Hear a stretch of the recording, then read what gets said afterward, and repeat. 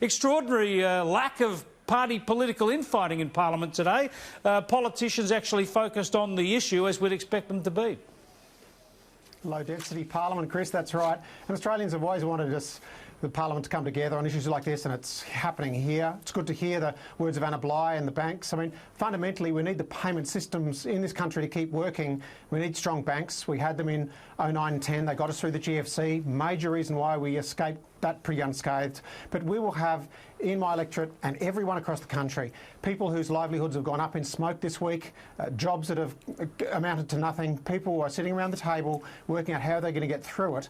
There's been an incredible appetite to understand this stimulus. It's a big stimulus. It's very, very complicated for a lot of people. They've tried to read treasury fact sheets, not something that everyone's terribly capable of doing. But I certainly appreciate the huge queues there are at Centrelink all around the country. We're asking everyone to respect social distancing and in these long queues, and understand that there's an enormous workload for public servants, both state and federal, right around the country. Yeah, let's just go to a couple of things, because I think what was pleasing today is we didn't see sort of pointless party political point scoring, but we did see Labor asking some probing questions to which Australians deserve answers. One of those was what on earth went on with Centrelink, a suggestion that there was a cyber attack, and then the correction from Stuart Robert that that wasn't the case. It was just an overloaded system, right? So we got we got the wrong diagnosis there early. Yeah, that's right. So we're absolutely familiar with these huge calls on IT systems. We saw it with the census as well. But Australians, while they're extremely nervous, there's going to be frayed emotions. They're relying on their leaders to provide consistent, clear and calm messaging. That's absolutely happening from both levels of Parliament, through a national cabinet, with all premiers involved. So I want this to be a model period, not where one party gets some sort of political leg up, but where Australia can look back and say that the right calls were made early. And you can remember there was a lot of support for Kevin Rudd in a similar phase here.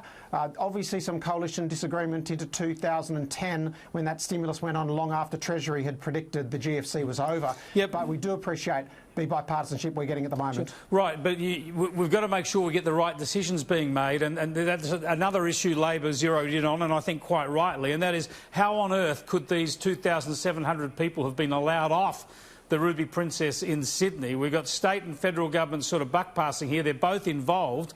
The idea that these people would come off and we've had the virus spread from that around the country is obviously a big mistake, and people need to be guaranteed that those sorts of mistakes won't happen again.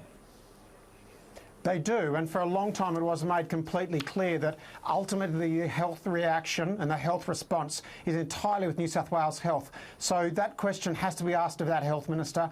There is absolute confusion and fear around, obviously, people returning. We've had the cut-offs to international travel. People don't know whether a cruise ship has been disembarking at other locations or not. They just want to know that every precaution is taken. So the precaution every here, contact is traced. The precaution here is go into self-isolation because you've come back into Australia. Of course. But it's impossible to go into self-isolation then back in Perth because you have to fly there on a plane, etc.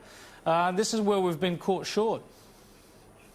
Yeah, that's quite right. And we've allowed certain amounts of public transport, essentially Ubers and taxis, to private homes, but that subsequent travel moving through large airports and onto planes just wasn't accounted for at the time. And ultimately, you've got to rely on the directions that are given to those public servants who were there at the docking procedure. Obviously, I'm from Queensland. I can't speak with much more experience, but we have similar questions with our populated islands. I've got many in my electorate, and people are worried about the non-essential travel that's occurring to geographically isolated islands. We've got the same questions with crowded public transport, both water-based water taxis, buses and trains.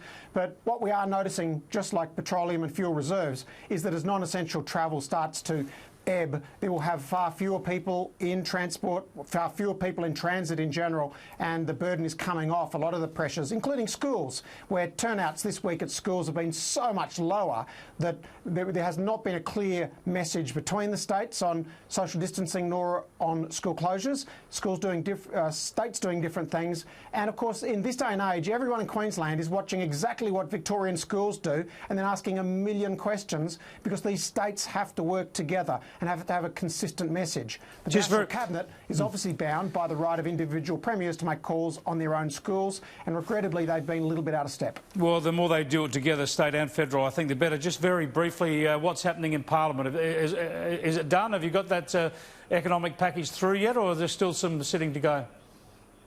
We're very, very close to that. We've been told to stay tonight. We'll be there tomorrow to put any dots on I's and crosses on T's. But look, every MP just wants to get home. We want to be helping our communities. We want non-essential travel and activities stopping. We want people continuing to be part of the economy if it's essential. And we want people recognising social distancing and just listening to guidelines. Sometimes they're complex. MPs play a role in deciphering them. But please, if you've got a question, reach out and ask. And finally, please don't spread fake news. In this day and age of social media, that's the last thing we need to get people focusing on guidelines and working together, because as the Prime Minister said, every one of us is on the front line here. Absolutely. Thanks for your time, Andrew.